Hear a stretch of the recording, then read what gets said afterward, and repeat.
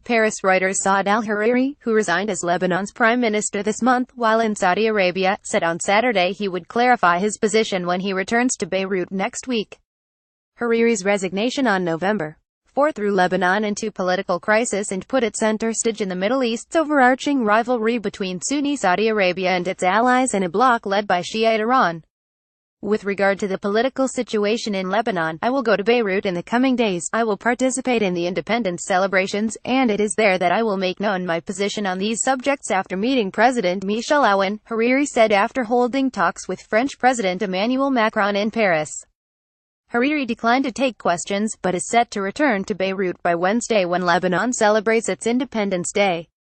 He thanked Macron, who has been mediating as part of French efforts to try to ease tensions across the region, for his help. Macron had leveraged France's close relations with both Lebanon and Saudi Arabia to secure a deal that saw Hariri travel to Paris and open the door to a resolution of the crisis. Hariri, who arrived at his residence in Paris in the early hours of the morning, told Aoun in a phone call from Paris that he would be in Lebanon on Wednesday for the celebrations, the Lebanese president said on Twitter. Lebanon is being shaken, so it's important Hariri comes to Paris for us to work with him on the best way out of the crisis, said a senior French diplomat. We're trying to create the conditions for a de-escalation in the region. We want to avoid a proliferation of crises that could get out of control. Hariri's abrupt resignation and continued stay in Saudi Arabia has caused fears for Lebanon's stability. Okbesaqr, a member of parliament for Hariri's future movement, said after Hariri's visit to France he would have a small Arab tour before traveling to Beirut. A French presidential source said Macron had reiterated that Paris wanted Hariri to return to Lebanon to ensure the country's political system continued to function and that it was imperative it remained disassociated from regional crises. French President Emmanuel Macron and Saad alHariri, who announced his resignation as Lebanon's prime minister while on a visit to Saudi Arabia, are pictured at the Élysée Palace in Paris, France, November 18, 2017. Reuters' Gonzalo Fuentes source said Macron would continue to be active on the dossier in the coming days, and that France was considering whether to host a meeting of the International Lebanon Support Group to discuss the political crisis. Iran takes aim at Macron. The crisis has thrust Lebanon into the regional rivalry pitting Saudi Arabia and its allies against a bloc led by Iran, which includes the heavily armed Lebanese Shiite Hezbollah group. Aoun has called Hariri a Saudi hostage and refused to accept his resignation unless he returns to Lebanon. Saudi Arabia and Hariri say his movements are not restricted. Lebanon maintains a delicate sectarian balance, after Sunnis, Shiites, Christians and Druze fought a civil war between 1975 and 1990, with factions often backed by regional rivals.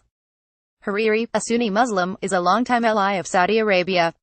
Aoun, a Christian, is a political ally of Hezbollah. Hariri's government, a power-sharing coalition formed last year, includes Hezbollah. France, which controlled Lebanon between the world wars, has sought to play a key role in diffusing tension, with Macron personally getting involved and putting him at the heart of a regional power struggle that will test his diplomatic skills.